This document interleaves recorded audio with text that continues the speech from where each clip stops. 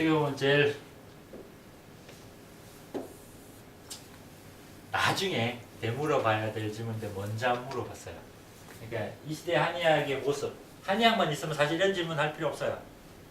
우리가 왜 이 상황에 몰려 있느냐, 지금 이 시대에 한의학을 하는 게 어떤 의미가 있느냐를 다 자각을 먼저 해야 돼요. 그냥 먹고 살라고 혹시 한의사가 되고 싶다면 내가 선배 한의사로 23년간 한의원을 한 선배 한의사로서 니네 서울 강남에 있죠? 잘 나가죠? 상현도 크죠? 그죠? 자, 선배 한의사로서 충고를 해주면 먹고 살려면 한의원 안 해도 돼요. 스트레스 받고 짜증나고 돈도 별로 많이 못 벌어요. 그리고 의료법의 제약이 너무 심해. 그리고 뭐 환자한테 뭐 와서 별로 해줄 것도 없는데 와서 뭐 와서 할매들이나 보고 침이나 먹고 평생 살아야 돼. 왜 그렇게 살아? 훨씬 더 돈 잘 벌 수 있는 길은 많고 여유 있게 살 수 있는 것도 많아요. 차라리 내가 한의원 기업할 돈으로 파리바게트를 하세요. 베스킨 라빈스를 열고. 그럼 맨날 안 붙어 있었대요. 맛있는 빵 만들어주는 게 몇건 나요. 광고도 자유롭게 할 수 있고. 그게 더 낫지 않나요? 편하고. 돈 버는 거 비슷할 걸? 목 좋은데 파리바게트 우리보다 훨씬 잘 벌 거예요. 한의원 평균 매출이 1000에서 2000 사이에요. 전체 한의사들의 매출이 1000에서 2000 사이 정도밖에 안 돼요. 평균이. 매출이 1000만이면 거기 지금 월급 주고 세금 내고 뭐 집세 내고 이자돈 내고 나면 얼마나 별로 안 남아요. 그러니까 젊은 한의사들이 생존의 위협을 느끼고 있는 거예요.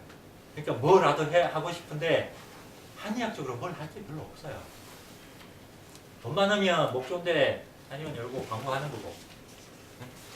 그러니까 안 되니까 프랜차이즈끼리 서로 어울려서 뭘 해보겠다고 한동안 프랜차이즈를 유행하고 있는 거예요. 침이라도 어떻게 많이 해보겠다고 침 어떻게 누가 잘 넣는 방법 뭐 이런 거는 하고 있어요. 질병 치료요. 넘쳐나는 불치병 환자들. 서양의학이 규정해놓은 무수한 불치병 환자들이 길거리에 넘치는데 그걸 한의사들이 흡수를 못해요. 동네 한의원이 하는 게 있는데 하는 게 더 생기면 얘가 병원에 양방병원에 가는 환자를 땡겨올 것 같아요.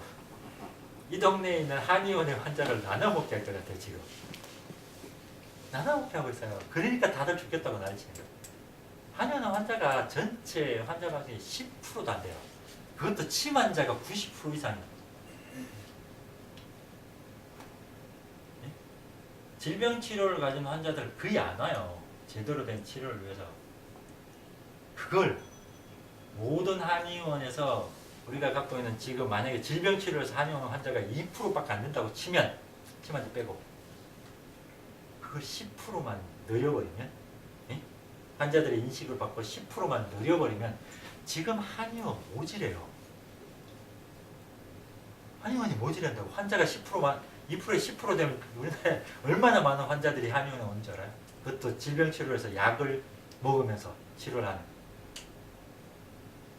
한의사들 하루 종일 치료해요. 떼부자 돼요. 그게 살아남는 방법이에요. 그래서 침법 익혀서 죽지도 않은 환자들 뚫어놓고 침 열심히 나서 돈 먹고 살아 이 생각 갖고 한의원 하면 안 된다고요. 이제 젊은 애들이 바뀌어야 돼요. 근데 그런 자질을 만들어줘야 되는데 어떤 서양의학의 불치병, 난치병을 극복할 수 있는 자질을 만들어줘야 되는데 그걸 지금 못하고 있는 거예요. 그게 안타까운 상황. 그게 우리 현실이에요. 그걸 자각을 먼저 하시라는 거예요. 우리 앞길이 꽃길이 아니라는 걸 명심하라는 거예요. 그래서 치열하게 의학을 하지 않으면 먹고 살기 힘들 거예요. 그 치열한 길을 한의사로서 자긍심을 갖고 가고 싶은 사람은 한의사가 돼야 되는 거예요. 아이씨, 나는 그렇게 살 자신 없다 싶으면 제가 돈 버는 방법 부지기수로만 하니까 딴짓을 하라. 되겠죠? 그거부터 확실히 얘기해요. 그래서 첫 번째 잡은 주제가 이거예요. 21세기 지금 한의학은 존재 이유를 들먹거려야 돼요. 한의학과 서양의학의 우리가 이 차이들을 비교를 정확히 해야 돼요. 여기부터 개념을 정확히 잡자는 거야. 21세기에 정말 이 한의학이 존재 가치가 없다고 생각하면 얘는 폐기해야죠. 양방에 아류해야 되고 서양의학의 해부학이나 생화학적인 개념을 도입하지 않으면 인체를 이해할 수 없는 그런 의학이면 폐기해야 돼요. 현재 볼까요? 제가 아까 말했지만 지금의 서양의학이란 역사가 100년도 안 된 의학이고 이 100년 안에 벌어졌던 자행됐던 심하게 표현하면 인간을 사냥한 이 서양의학의 역사와 그래도 어때요? 기초이론이 2000년 전부터 형성돼서 2000년 전부터 있는 이 한의학적인 인간관과 과연 누가 더 인간과 자연에 대해서 또 질병에 대해서 본질적으로 파악하고 있는 의학인가 하는 걸 단순하게 비교해 볼 수 있어야 돼요. 그걸 극복해낼 수 있어야 돼요. 그게 지금 우리한테 놓여진 과제고 그래서 이 서양의학밖에 모르는 우리가 서양의학밖에 모르는 거예요.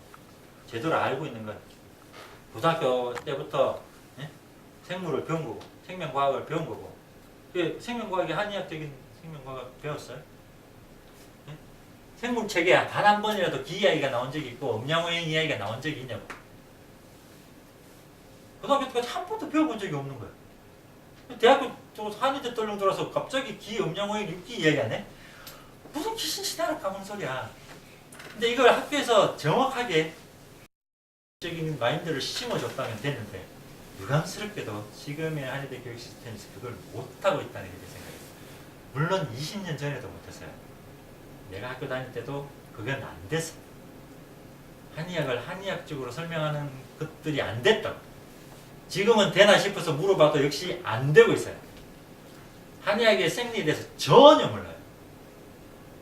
전혀 몰라요. 내가 전혀라고 표현하는 게 나중에 이제 인체에 들어가서 질문을 던져보면 더더욱 모른다는 걸 알게 돼요. 네.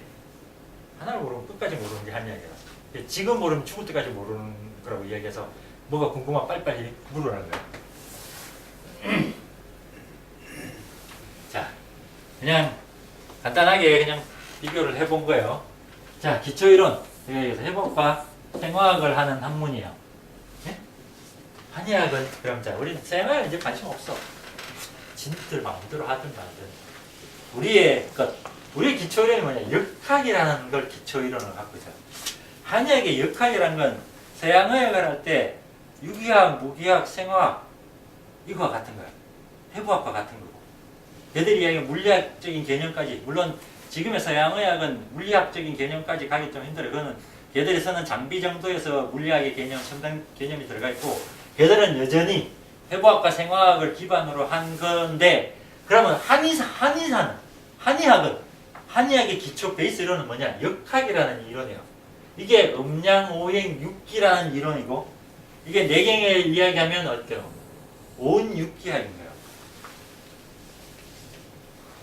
근데 제가 이제 한의학의 역학이 음양오행 육기를 갖고 의학을 해야 된다고 이야기하면 보편적으로 생각하는 게 일반인 전부 보나? 무슨 점을 보나 저걸로? 아니면 뭐 이거 뭐 사주나 뭐 이런 걸 보나? 그 생각을 하죠. 아니면 뭐 지 나름대로 무슨 계자 철학을 집어넣어서 뭐 코에 걸면 코걸이, 귀에 걸면 귀걸이를 알아서 내가 알아서 뭔가 만들었나 보다 라고 생각을 해요. 그렇지만 이 내용 자체를 정확하게 이해를 하면 돼요. 한의학은 이게 다예요. 하고 우리가 역학이라는 부분에 대해서 착각을 하는데 서양의 의사가 생화학자일 필요가 없듯이 한국의 한의사는 역학자일 필요는 없어요. 쉽게 얘기하면 무슨 우리가 점 보고 무슨 뭐 사주 보고 뭐 천문지리 한의학적인 천문지리를 보고 김은둔갑을 뭐 이럴 필요 없어요. 우리가 필요한 건 어때요? 그 역학이 갖고 있는 우주생성의 원리와 인간의 원리만 알면 되는 거예요.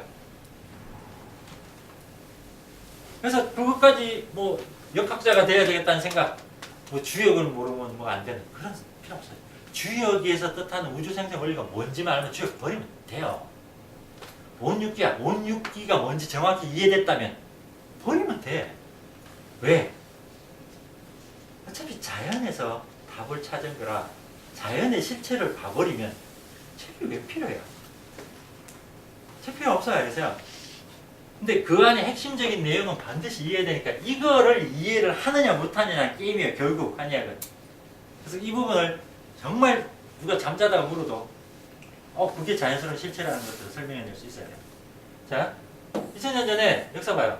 황제내경, 상간잡병론 이 두 가지가 인간에 대한 모든 인간이 뭐냐 하는 내용의 대부분 내경에서 그 언급이 다 됐어요. 필요한 이 정도면 충분히 할 만큼 내경에서 언급을 다 했어요. 그래서 아까 사랑이 뭐냐 하는 부분도 사실 내경적인 생각을 갖고 제가 이야기해 준 것뿐이에요.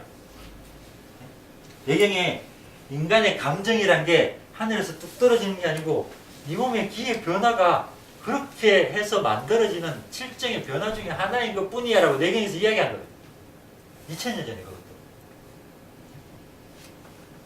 근데 그걸 지금 언어로 쓰면 이렇게 되는 것 뿐이에요. 그걸 정확히 이해하면 돼요. 자, 여기에 어떻게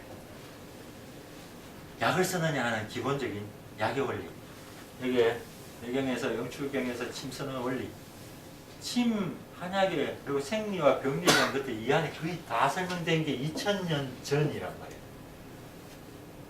그 사이에 이 한의학적인 이론이 물론 여러 의가들에 거쳐서 왜곡되기도 했고 집중되기도 했고 더 발달된 부분도 있다고 치지만 제가 보기에는 내경의 이 인간관 자체는 크게 달라진 게 하나도 없어요.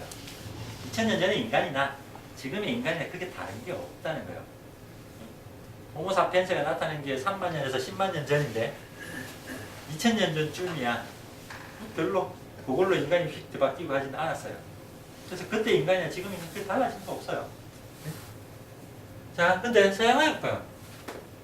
기껏해야 우리가 르네상스 이후에 과학 문명의 발달까지 비껏 쳐줘도 르네상스 이후가 되고 그리고 지금의 모습은 제가 프렉스너 보고서라는 게 1910년도에 나온 거니까 얘가 현대 의과대학의 모습을 갖추도록 한 거고 얘가 해놓은 게 전문인의 양성이란 게 결국은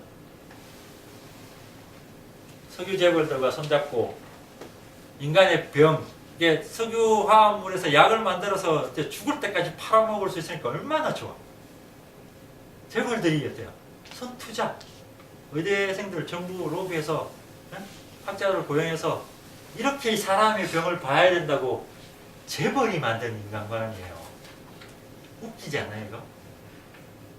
그 전에 이 베이스적인 바탕은 세계대전을 거치면서 무수한 살상을 통해서 인간 인체 실험을 통해서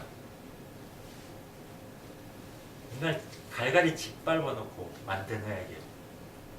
그들에게 무슨 사랑이었는지 이제 보니까 어때요? 걔들 아예 태생적으로 인간이 하고 있는 사랑이나 분노나 어때요? 인간이 갖고 있는 자연스러움에 대해서는 아예 태생적으로 학문적으로 아예 개입도 안 되는 거예요. 위급한 상황에 극단적인 조건을 주고 그게 극단적인 극약을 투여해서 너는 안 되면 팔을 끊어내서 절개를 하고 절제를 하는 그 방법으로 의학을 만든 거예요. 그래서 우리가 갖고 있는 어때요? 자연스러운 인간관이란 이 의학과 너무나 상치되는 제가 얘기한 아주 미개한 수준의 의학 이론을 갖고 있어요. 그걸 감추기 위해서 무진장 과학적인 용어를 막 써서 마치 인간을 아는 것처럼 설명을 하고 있지만 어떤 병도 치료를 못하는. 그래서 그게 알려질까봐 빨가벗은 임금님처럼 아무도 임금님 빨가벗었다고 이야기하면 안 되는 거야. 그래서 일반인들의 정보 접근을 거의 차단시켜버리는. 그래서 의학 서적이 그렇게 어려워야 되고 약을 대한 서적이 그렇게 힘들어야 되고 무슨 말인지 못 알아봐. 그게 의학인 거냐는 거야. 인간이 언제부터 그렇게 골치 아프고 힘들어야지만 병이 치료가 된다고 생각을 하는 거예요. 그건 너절한 대항의학적인 이론 자체를 어때요? 다 봐서 그래서 어쩌라고. 나중에 서양의 병리학 책을 보세요. 당뇨 이런 거 갖고 해라 한번. 뭔 너절하게 설명을 뭐 많이 해놨어요. 결론 어쩌라고요. 원인 몰라. 그냥 다 고혈압이란 거 이런 거야라고 현상적인 관찰만 너절하게 쭉 깁스해서요. 그리고 사람 혈압이 예? 혈관이 수축될 때 관여하는 놈, 혈관이 팽창될 때 관여하는 놈, 심장을 정폭시킬 때 관여하는 거, 뭐 이런 인간의 생리에 영향을 미치는 것들을 또 쭉 파악해놨어요. 그러는 거 치료에 들어가서 갑자기 어때요? 애를 병신을 만들어. 교감신경을 차단을 시켜. 애가 병신이 못 뛰게, 심장을 못 뛰게 하는. 그래 놓고는 안 낫는다고 이야기해요. 그리고 죽을 때까지 그렇게 살아라. 이게 현실이죠. 그렇죠? 정말로 위급할 때, 정말로 일시적으로 강력하게 필요할 때도 있어요. 근데 그게 만성질환이라든지 이때는 전혀 필요 없는 거예요. 아니 그냥 원인 치료해서 자연스럽게 초기에 치료했으면 될 일을 이놈을 어때요? 그 고혈압이라 나타난 현상 인체 변화의 원인을 못 찾아내고 예?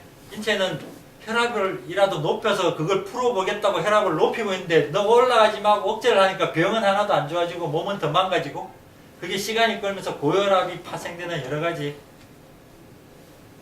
부수적인 증상들로 인간들이 죽어가고 있는 거예요. 그런 그 애들 고혈압의 부작용으로 쓰고 있어요. 뭐 어쩌라고. 그걸 왜 위대하다고 생각하는지 한번 정말 진지하게 고민을 해보세요. 과연 이런 사실들이 밝혀지면 이걸 보통 사람들한테 인식시켜버리면 지금 우리가 먹고 있는 그 알약이 석유화학 제품을 합성한 독약이라는 걸 안다면 또 그것이 인체의 어떤 병의 원인도 해결하지 못하는 약이라는 거 그리고 내 멀쩡한 내 인체의 생체 조직의 반응을 교란시키고 엉망을 만들고 있는 약이라는 걸 일반인들이 다 안다면 피하겠죠. 그래서 한약이 그래도 못 피할 것 같은데 젖어 있어서. 아니? 이 서양의 플렉스너 보고서가 1910년도에 나오고 의과다액이 성립되고 1945년 이후에 70년 정도 사이에 인간을 초기에 세뇌시킨 적이 한 30년 전, 40년 전쯤에 텔레비전 광고, 의학적인 매체, 집단 통해서 인간을 세뇌시켜서 만들어내는데 50년 만에 인간들이 완전히 세뇌가 됐다. 더 쉽게 말하면 거짓으로 세뇌를 시켜놓은 거예요. 호모사피엔스들이 거짓말에 아주 취약하거든요. 집단 생활에서 생존을 했던 거라서 권력의 의지가 무진장 크고 호모사피엔스는 거짓말에 대해서 상당히 매력을 느낀다고. 그럴싸하게 이야기하면 호모사피엔스들은 믿어. 그걸로 광고를 해서 이렇게 만들어 놓는데 채 50년이 걸리지 않아. 근데 우리는 진실이 있다고. 그걸 아무도 이야기 안 해주고. 이야기해줘야 한의사들이 몰라서 안 했던 거고. 근데 모든 한의사가 이걸 다 안다고 생각합니다. 정말 한의학적인 인간관을 다 이해하고 있다면. 그래서 서양의학의 문제점을 모든 한의원에서 지적을 해주고 있고 방송에서 때리고 신문에서 때리고 컬럼 쓰고 유튜브 올리고 10년이면 왜? 진실의 힘이 좀 더 클 거거든요. 얘들은 거짓으로 이만큼 돈 들여서 했지만 진실한 사실들을 적나라하게 까면 되니까. 환자들한테 야 독약이야 그거 이게 먹힌 거 아니면 아토피에 스테로이드를 예전에 아무 생각 없이 쓰다가 스테로이드가 중독된다는 이야기를 했고 그 스테로이드 중독이 피부병을 악화시킨다고 한의사가 강조를 했어. 누가? 내가요. 그것도 아니고 15년, 20년 전에 지금 젊은 아이들 다 피부병 보잖아. 내가 처음 아토피를 할 때가 2000년도니까 19년 전이네. 그죠? 그때 대한민국에서 아토피라는 걸 제대로 본 데가 세 곳이 있어. 서울에 2곳, 내가 대구에 있었는데 내 1곳. 근데 이 두 사람은 서양의학적인 개념을 썼어요. 자가면역질이나 면역교란. 그래. 나는 중증의 아토피는 스테로이드 중독이라고 못을 받고 있어요.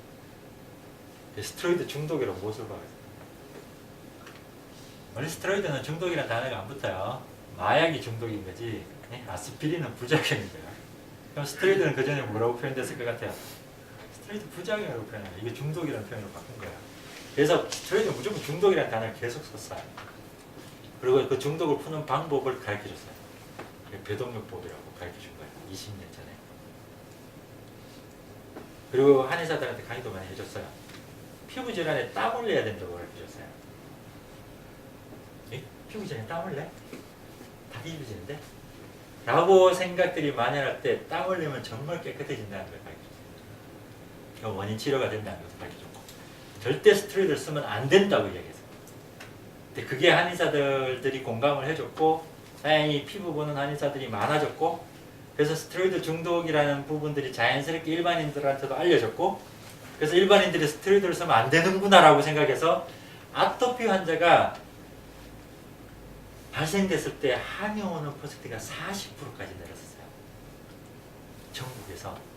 아까 어떤 질병이 한의원 오는 게 2%가 안 된다 그랬잖아요. 근데 이게 아토피 환자의 40%가 한의원에 온 거야. 모든 병을 이렇게 만들어놓으면 내가 한의사들 밥 먹고 사는 아무 문제 없다 그랬어요. 40%의 환자들이 스테로이드가 싫어서 와, 한의학으로 피부병 치료하네? 라고 생각이 바뀌어서 한의원으로 온 거야. 물론 그 이후에 한의사들이 그 오는 환자들을 제대로 치료했다면 이게 역전이 됐을 거예요. 근데 유감스럽게도 한의사들이 치료율이 그렇게 좋지 못했어요. 그러다가 초기에 피부질환 하겠다는 애들이 미염으로 선회를 많이 했고, 그 덕분에 요즘 메산이라든지 뭐 장현침이라든지 한방성형이라 이런 게 그때 피부 쪽을 하던 사람들이 미용으로 넘어간 덕분에. 근데 결국은 피부병 치료율이 그렇게 좋지 못했기 때문에. 그럼에도 불구하고 그래도 피부 질환은 한의원이 많이 오도록 만들었어요. 물론 제가 일조를 했고 나머지는 다른 모든 사람들이 노력해서 그렇게 된 거예요. 그래서 일단 어찌됐든 스테로이드에 대한 인식을 바꾸면 그만큼 한의원은 환자 퍼센트가 달라지는 거야. 다른 병 다 하면 돼. 모든 한의사들이 해버리면, 만약에 아까 내가 10%만 늘어나도 한의사들이 부족하다 그랬는데 이걸 5대5까지 만들었다고 생각해볼까요? 난리 나요. 한의사들 잠 못 자요. 하루 종일 이래요. 신나겠죠? 자, 인체를 어떻게 보느냐, 걔들이. 자요? 서양에서 보는 구조. 얘들은 어때요? 이건 세포로 돼 있다. 조직 자체. 그 다음에 그것들이 세포들이 모여서 조직을 만들고 기관을 만든다. 이게 인간 보는 시각의 전부예요. 그리고 이 인체를 구성하는 게 뭐냐? 물리학적인 개념을 써서 인체를 구성하는 건, 이건 이제 나중에 한의학을 하면서, 자, 우주를 구성하는 게 뭐냐 하는 이 질문에 우리가 맞닥뜨려야 돼요. 세상이 어떻게 만들어지느냐, 이 세상을 만드는 본질이 뭐냐 하는 것에서 시작해야 돼요. 그것부터서 이해가 돼야죠. 그게 이해가 안 되면 육학이라는 게 어때요? 세상이 어떻게 만들어지냐, 그 핵심이 뭐냐, 그 본질이 뭐냐를 이야기해요. 근데 서양에서는 아직은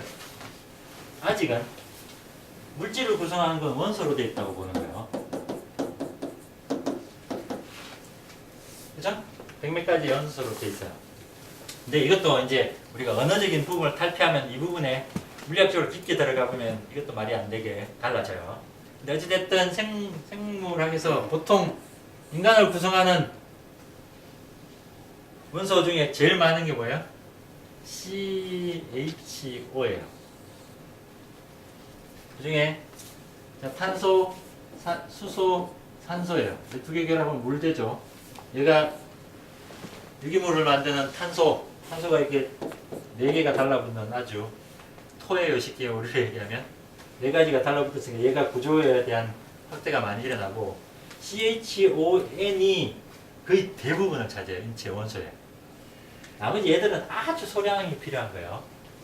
이게 뭐 황이나 인나 칼슘이나 철분이나 마그네슘 이런 것들 아주 소량 필요한 거고, 얘들이 다예요. 우주를 보면 우주는 이 중에 뭐가 제일 많냐면, 우주에 제일 많은 거는 원소로 보면 우주에 제일 많은 건 수소예요.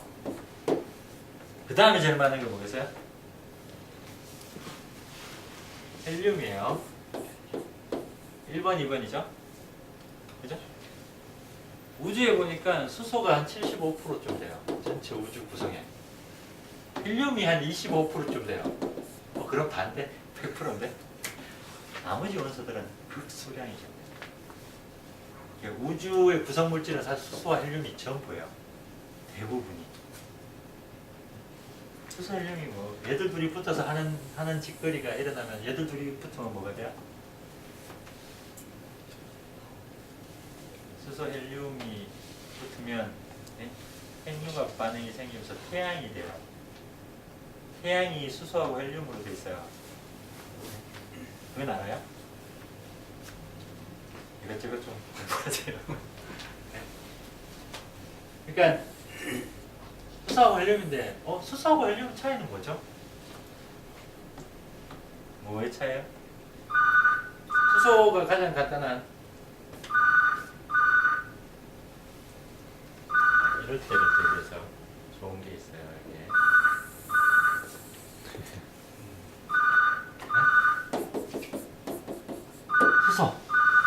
수소 원자는 어떻게 구성되어 있어요?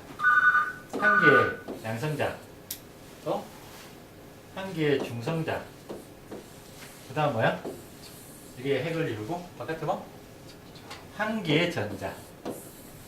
이게 수소예요. 끝. 맞아요? 뭐 대답이 없어요. 틀렸나요 혹시? 기억이 안 나요. 자, 양성자, 중성자. 네, 물론 여기에 중성비자 뭐 이런 게 있긴 한데 일단 크게는 양성자, 중성자로 보면 돼요. 얘들이 핵을 이루고 있는 거고 그 다음 전자가 있는 건데 얘는 전하가 극성이 여기는 마이너스 전하가 그리고 얘는 플러스 극성을 갖고 얘는 전하가 중성이라고 되어 있는 거예요. 얘가 핵을 이루고 있고 핵 주위에 하나의 전자가 도는 게 수소예요. 물론 이 원자의 모델 자체가 어떤 식의 되어 있느냐 하는 부분에서 여기서 이제 고전 원자의 모형이 어떤 식으로 되어 있느냐는 부분 여러 가지 것이 있고 이 여기에 이 전자의 운동 자체가 어떻게 되느냐 하는 이 전자의 운동에 대해서 무지막지한 물리학적인 논쟁이 벌어져요. 양자역학에서 이 전자가 연속적인 거냐 불연속적인 운동을 하느냐 여기서 헬륨이 되면 여기서 하나씩 더 붙죠. 그죠? 값이 두 개가 되는 거예요. 여기서 전자가 이렇게 점프하는데 중간에 존재할 수 없다는 건가요? 불연속적인 위치를 선점하는 걸로 되어 있고 여기서 나가면서 빛이 방출이 일어나는 거고 빛을 뭐 에너지를 흡수하고 에너지를 들어오게 하면서 전자 운동 자체가 준위를 레벨을 달리하면서 모든 그 에너지 대사가 일어난다. 그래서 이 나타나는 빛에 의해서 그 원소의 고유한 스펙트럼이 결정된다 하는 거예요. 어찌됐든 자 이후에 수소 이후에 그게 헬륨이든 그게 철이든 뭐 어찌됐든 얘들의 구성 요소는 뭐예요? 플러스, 마이너스 그리고 가운데란 이 세 가지로 구성돼요. 나머지는 숫자의 차이예요. 그럼 우리로 보면 이건 양, 이건 음이죠. 그리고 가운데 중 이걸로 되어 있는 거예요. 나머지는 이름을 달리하고 더하기 빼기가 달라진 이걸 내경에서 뭐라고 얘기하냐면 기의 다소와 많고 적음과 형의 성쇠 왕성하고 쇠한 그 형태가 밀집도가 크냐 형태가 밀집도가 낮으냐 따라서 또는 그 기운 자체가 많느냐 적으냐에 따라서 물질의 특성이 결정된다고 내경에서는 이야기해요. 본질은 기와 형으로 되어 있고 기가 뭐로 되어 있는지 말하면 돼요. 근데 기의 가장 기본적인 표현은 음양이에요. 음양이 뭐 별건가요? 플러스가 음인 거고 마이너스가 음인 거지. 네? 음양 사이 가운데 축이 있는 건 당연한 거고 이게 음양의 기 운동이에요. 현상적으로 드러날 때 기가 현상적으로 드러날 때 첫 번째 음양이라는 현상으로 드러나는데 예? 나머지는 어때요? 이 음양이라는 것이 내경이나 그런 거 있죠. 얘를 헤아리면 열도 되고 천도 되고 뭐 저기서 제한 얘기 들어본 것 같죠. 음양이 10도 됐다가 1000도 됐다가 만도 됐다가 뭐 다 된다. 근데 본질은 일기다. 라는 이야기를 내경에서 해놨어요. 자, 이런 말들이 진짜 뭘 의미하는지 알았어야 된다고. 네? 정말로 그러한가 하는 부분에 들어가서. 근데 어찌됐든 그 많은 원소라는 것들도 결국은 어때요? 구성 요소를 보면 플러스 마이너스 중이 다예요. 이것들이 모든 물질의 원소들을 만들고 있는 거예요. 물론 얘들 플러스 마이너스 양성자 중성자 전자는 뭐로 되어 있을까라고 묻는 게 물리학자들이니까. 그래서 얘들이 할 수 있는 게 뭐예요? 깨보자. 핵을 깨보자. 핵을 깨봤더니 또 뭐 튀어나오네. 뭐 코크라든지 뭐 여러 가지 이 안에서 튀어나와요. 그러면 얘들을 깨면 또 뭐가 되지? 물리학자들이 끊임없는 물질은 뭐로 구성되어 있는가? 라고 들어가서 지금까지는 어디까지가 있을 것 같아요? 모든 물질은 파동이다. 이 재밌는 물리학의 사건과 한의학에서 이야기하는 기와 정확하게 매치하는 지점이 있습니다. 그건 앞으로 강의하면서 들으세요. 재밌죠? 이런 건? 재미없나? 자, 어찌됐든 의학에서 보는 건 원소다라고 보는 거예요. 얘들은 물리학 수준까지 안 가니까. 서양의학이라는 게 제가 하지만 이 서양의학이라는 게 서양의 어떤 과학적인 최첨단 과학의 물리학의 이론까지 인체에 적용할 수도 없고 적용하지도 못해요. 그냥 원소 단위 정도의 수준에서 인간은 CHON이고 여기 보면 어때요? 뭐 칼슘 펌프가 뜨고 뭐 나트륨 펌프가 뜨고 이 짓을 하죠. 요 안에서 생화학적인 걸 풀어내는 이 밑으로는 전혀 생각도 안 해본. 얘들이 왜 많아? 뭐 몰라. 뭐 이런 거예요. 우리는 그렇게 써먹는 거예요. 생화학적인 개념으로. 자, 근데 한의학은 인체 구성을 모르더니 인체의 본질을 기라고 봐요. 이런 게 이제 우리가 참 우리를 슬프게 하거나 가슴 아프게 하죠. 기가 뭔데? 라고 되물어야 되니까. 그래서 이 기가 뭔지를 이해하는 게 제 강의의 핵심이에요.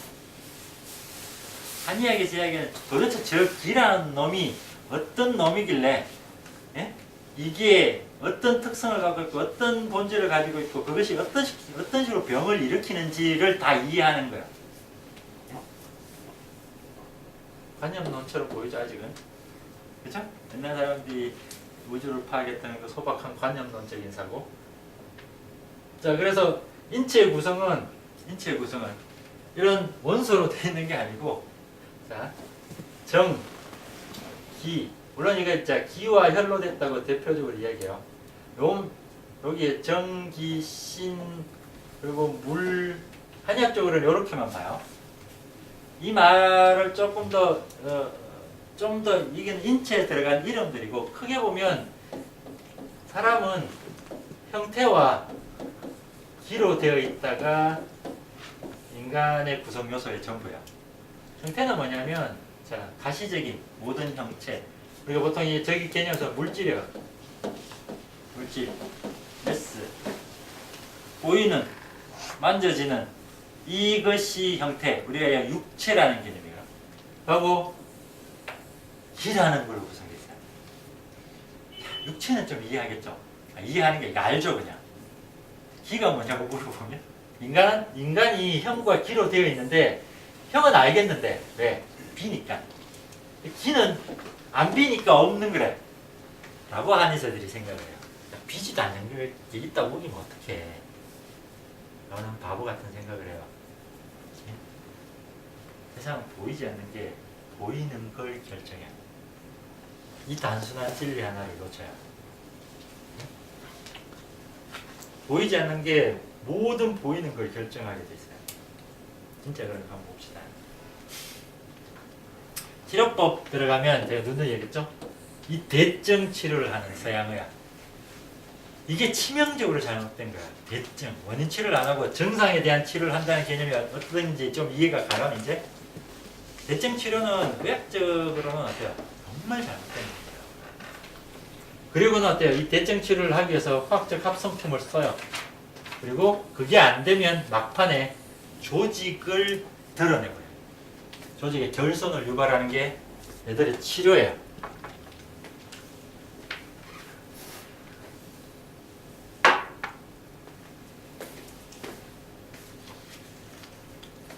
이제 보면 양약 쓰는 거랑 수술하는 게 첫째요.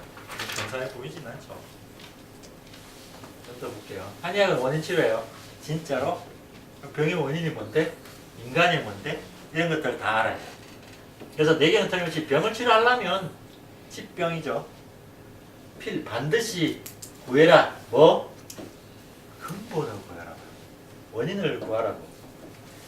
병을 치료하겠다면 병든 원인을 구하라. 이 말이 이상한 말이야.